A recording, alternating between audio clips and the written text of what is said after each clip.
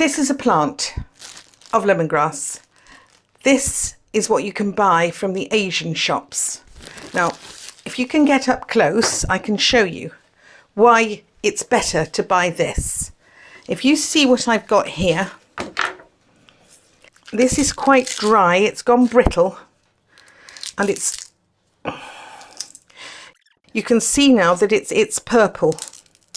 But what I wanted to show you was that this, if you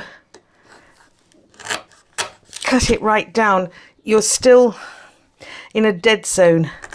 To get it back, we're looking for it to even be further off. This is what you can get. This cost me basically €1 each. And it's still dead. And we're still trying to get back to the good stuff. For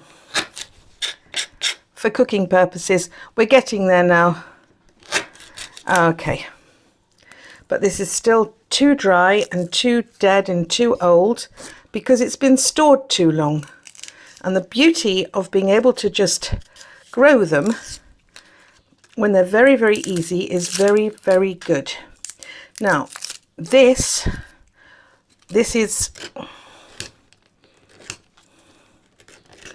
is usable now. But as you can see I can actually push my fingernail in it. It's soft, it's tender, it's usable. And to about here. And that is disposable. And if we had managed to find one in slightly better condition, okay, we have had the coronavirus and I hadn't done that to it, you could pop them in water and grow them. But I want to just show you that this is what you would cook. And I would smash this with the end of a rolling pin, or if you've got one of those clever little hammers, which I don't have, then I would chop it very finely and use it. Now, this is also €1. In fact, it's about 70 cents a stem. And this I bought from a garden centre. It was, if you look here, you've got 2 plants. In fact, you've got 3, because you've got this one here, and you've got this one here, and you've got this one here. So this has been 3 shoots like this, have been stuck into something. We've repotted it, and it's starting to recover. Now, what I want to show you is the difference. If you can see, this is a sort of lovely colour. It's just nothing like. We've got some roots on the top here, so we might be able, you would just break them off to use them, which is what I intend to do. And I'm going to go in there and try and cut and see whether we can't get something with a little bit of root on it. If we can't, then we will end up putting it in water, and we have actually got a little bit of root. Now, they're very brittle, the roots, but can you see the first little bit is already dentable with my fingernail. It's not dried out, and although we usually get them like this, this is the real thing. And if we take off that one there, you're now back to really very good stuff. I'm going to cut this down to about here, and I'm going to pop that into a jug of water, and then I'm just using a vase. That will eventually become one of these, but when I say eventually, it's quite quick. You will find these will root in about 3 weeks, and very quickly they develop. Now, it's a clumping thing, so it forms clumps and you've got to remove them and pull them apart really. That's the best way to propagate them. Now, these pieces that we cut off, you can, let me just twist them. They are sharp, so be careful. Now smell that, Paul.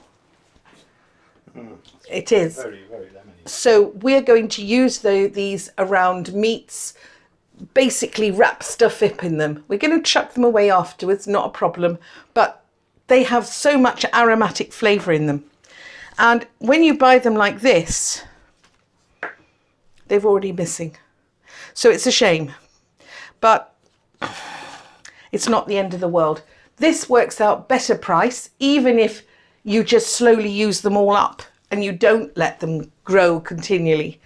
They are a better deal. Now, this is a little tiny one. No, it isn't. I can't. I'd have to pick off another one to show you, and I don't really want to do that. But we'll come back a bit later on, in a couple of weeks or so, after it's been in the sunshine and we keep it watered, and you'll see how much it's developed. They are basically a clumping grass, so they're not difficult to grow. They will not get through a frost, so you need to pick these for the winter and store them on your windowsill. Plant those out the moment your frost is over and put them outside. And that's what you need to do. And they are very, very good. And we're going to use these a lot in the cuisine that I cook, especially around Thai foods. And they also would go in your bath. I mean, these tied in a knot, dropped into hot water, having been crushed, you've got a perfumed bath. It's absolutely wonderful. You can put them into drinks. You can do anything with them. So we'll come back and we'll see that later. And let's hope I manage to make it very big by then. But what the problem is, I'm going to keep wanting to pinch little bits off it. That will be the big problem. But I'm going to keep doing that, because the thing I can do is to pick some of the grass and use the tops, which is rather nice too. You don't really want to eat this because it's a bit woody, it's sharp, but it'll give up its perfume in a cooking and an infused drink. And one of the things I wanted to do was to try putting it in to something like gin and see whether we can't infuse that with something to give it a really nice subtle flavour. Okay?